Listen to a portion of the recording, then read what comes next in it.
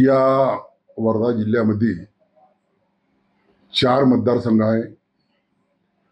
3 भारतीय जनता पक्षाकडे आहे, 1 काँग्रेसकडे आहे.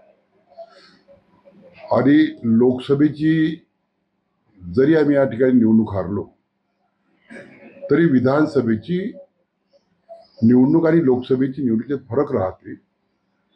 या विधानसभेमध्ये आमच्या 4ही सीटा येईल निवडून, कारण त्या दृष्टीने आमची कार्यकर्त्याच्या बैठका चालू आहे, मंडळ स्तरावर चालू आहे, तालुका स्तरावर चालू आहे, जिल्हा स्तरावर बैठका झाल्या आहेत. आणि मला पूर्ण भरोसा आहे की आमच्या 4ही सीटा यावेळेस आमचे 4ही उमेदवार या ठिकाणी निवडून येईल भारतीय जनता पक्षाचे. आणि महाराष्ट्रात सुद्धा महाराष्ट्रात शिवसेना, राष्ट्रवादी, भारतीय जनता पक्ष याचं सरकार बनन, महायुतीचं सरकार बनन, हे मला यावेळेस वाटते. आई बाबा होण्याचे स्वप्न अजून पूर्ण झाले नाहीत का? आई बाबा होण्याचे तुमचे स्वप्न पूर्ण करा अपोलो फर्टिलिटीद्वारे. मोफत सल्ल्यांसाठी कॉल करा 9953420359. शिंदे गटाचे या ठिकाणी कार्यकर्ते नाही आहे. आणि मागच्या वेळेस सुद्धा देवी पुलगाव मतदारसंघ हा शिवसेनेला सुटला होता, परंतु त्या ठिकाणी 3ऱ्या नंबरवर तो उमेदवार गेला. आणि मग आमची मागणी राहील की भारतीय जनता पक्षाला ही जागा सुटायला पाहिजे.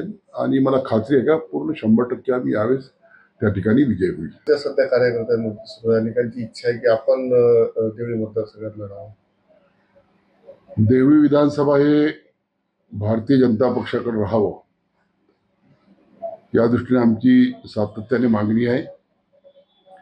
आणि आम्ही वरिष्ठाला सुद्धा विनंती केली की यावेळी 4ही मतदारसंघ या भारतीय जनता पक्षाला सुटले पाहिजे. आणि त्या दृष्टीने आमचा प्रयत्न आहे. मला पूर्ण भरोसा आहे की 4ही मतदारसंघ या भारतीय जनता पक्षाला सुटेल. राहिला प्रश्न उमेदवार कोण राहील, आखरी जे श्रेष्ठी ठरवण तेच उमेदवार राहील. भारतीय जनता पक्षामध्ये 1 मतानं उमेदवार ठरवले जातं, त्याप्रमाणे 1 मतानं उमेदवार ठरवले जाईल.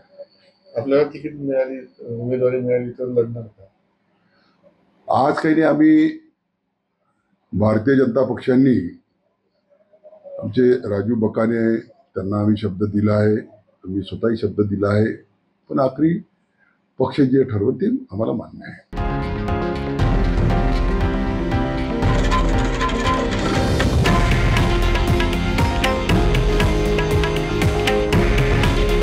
हे आहे देशातील नंबर 1 न्यूज नेटवर्क आणि आपण पाहत आहात TV9 मराठी.